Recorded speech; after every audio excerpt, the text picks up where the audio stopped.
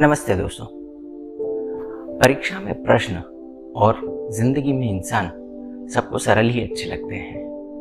मेरा नाम है राजित और आइए बात करते हैं पते की। आनंद नाम का एक लड़का था। भोला भाला सा युवक था। कोई काम धंधा नहीं होने की वजह से घर वालों ने उसे बाहर निकाल दिया। भटकता भटकता एक संत के पास पहुंचा। संत से पूछा, क्या मैं यहाँ रह सकता हूँ? संत ने कहा, हाँ क्यों नहीं, ये तो भगवान का घर है, सभी रह सकते हैं। तो बोले, मुझे क्या करना होगा? बोले, कुछ नहीं, भगवान का भजन करना होगा। आनंद बड़ा प्रसन्न हो गया और खुशी खुशी उनके साथ रहने लगा। अब एकादशी का दिन आया। उसने देखा कि यहाँ तो कोई खाना ही नहीं बन रहा है। वह गुरुजी के पास गया और पूछा, आज खाना क्यों नहीं बना है? तो गुरुजी ने कहा, आज एकादशी है, सभी का व्रत है, तुम्हारा भी व्रत रहेगा। तो बोले, ये व्रत मुझसे ना हो सकेगा, मैं तो कभी भूखा नहीं रहा।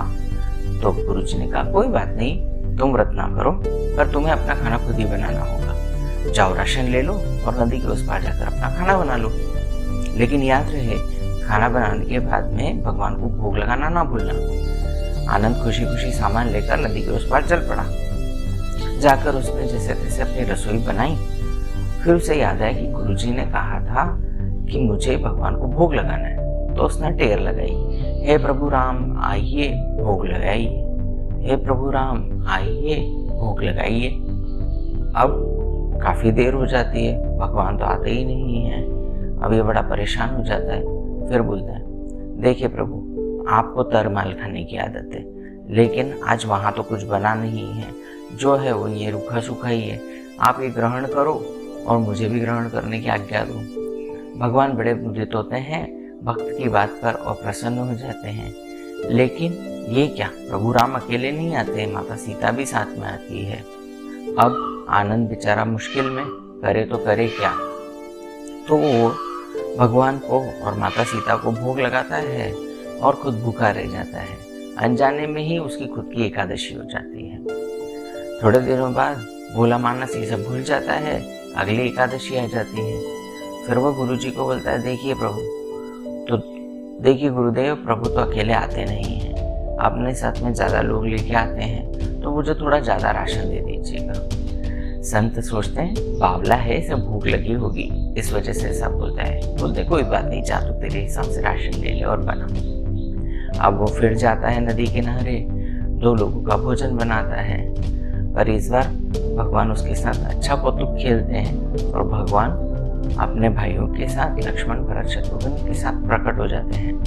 अब बड़ा प्रॉब्लम हो जाता है।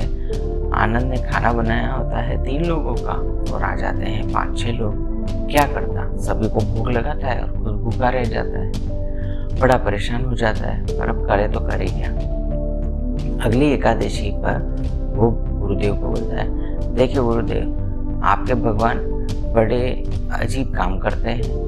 मैं खाना बनाता हूँ 2 का 3 आते हैं, 3 का बनाता हूँ 5 आते हैं, तो आप इस बार मुझे थोड़ा ज़्यादा ही राशन दे दीजिएगा।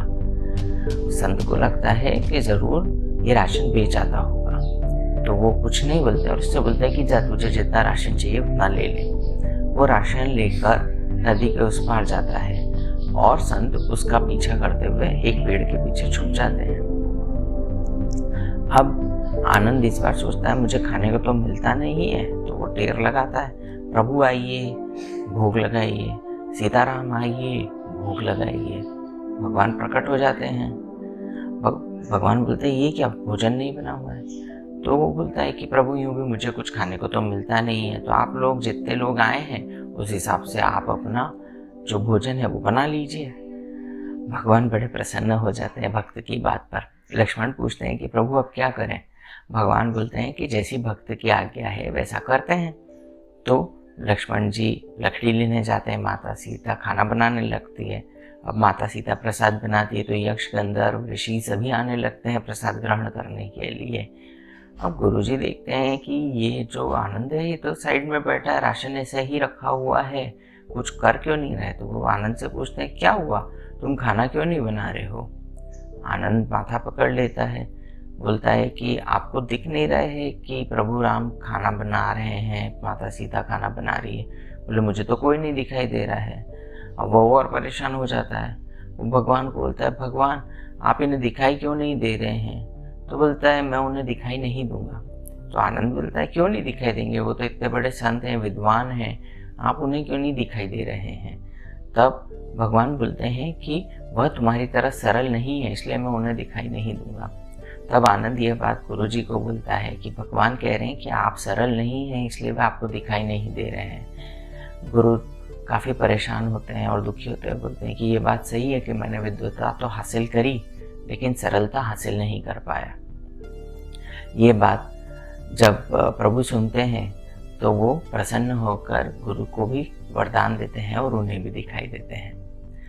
दोस्तों, निदा फाजली जी की एक गज़ल की 2 लाइनें मैं आपको सुनाना चाहूँगा। 2 और 2 का जोड़ हमेशा 4 कहाँ होता है, सोच समझ वालों को थोड़ी नादानी दे मौला। अगर सब कुछ हमारे कैलकुलेशंस के हिसाब से ही चलता तो फिर इस दुनिया में किसी और चीज़ की जगह ही नहीं होती। हर इंसान ये कोशिश करता है कि वो हर चीज़ के लिए अपनी प्रिपरेशन करे और यही प्रिपरेशन एक कॉम्प्लिकेशन खड़ी करती है। एक सरल इंसान प्रकृति के नियमों को, प्रकृति के डिसीजंस को एक्सेप्ट करता है, पर जब भी हम एक रेजिस्टेंस पैदा करने की कोशिश करते हैं तो ये जो रेजिस्टेंस है वो कहीं ना कहीं एक फ्रिक्शन क्रिएट करता है और हमारे जीवन में एक एंजाइटी होती है। आप अगर यूनिवर्सिटी ऑफ पीटर्सबर्ग की एक रिसर्च को देखेंगे तो आपको पता चलेगा कि एंजाइटी का हमारे डिसीजन मेकिंग से सीधा सीधा संबंध है। जो इंसान जितना ज़्यादा एंशियस होता है उसकी डिसीजन लेने की ताकत उतनी ही कम हो जाती है। मुझे पूरी आशा है कि आपको सारगर्भित बात पूरी समझ में आ गई होगी कि कैसे सरलता भगवान को भी प्रसन्न कर सकती है, तो इंसान के जीवन में तो बहुत सारी समस्याओं का अंत ज़रूर कर सकती है। तो कोशिश करें कि आप हर चीज़ के रिजल्ट को कंट्रोल करने की कोशिश ना करें। आप सरल बने, अपने अंदर एक बचपना बनाए रखें, जिससे एक प्रसन्नता सदैव आपके मन में बनी रहेगी और आपके सभी काम सुगम सफल होते रहेंगे।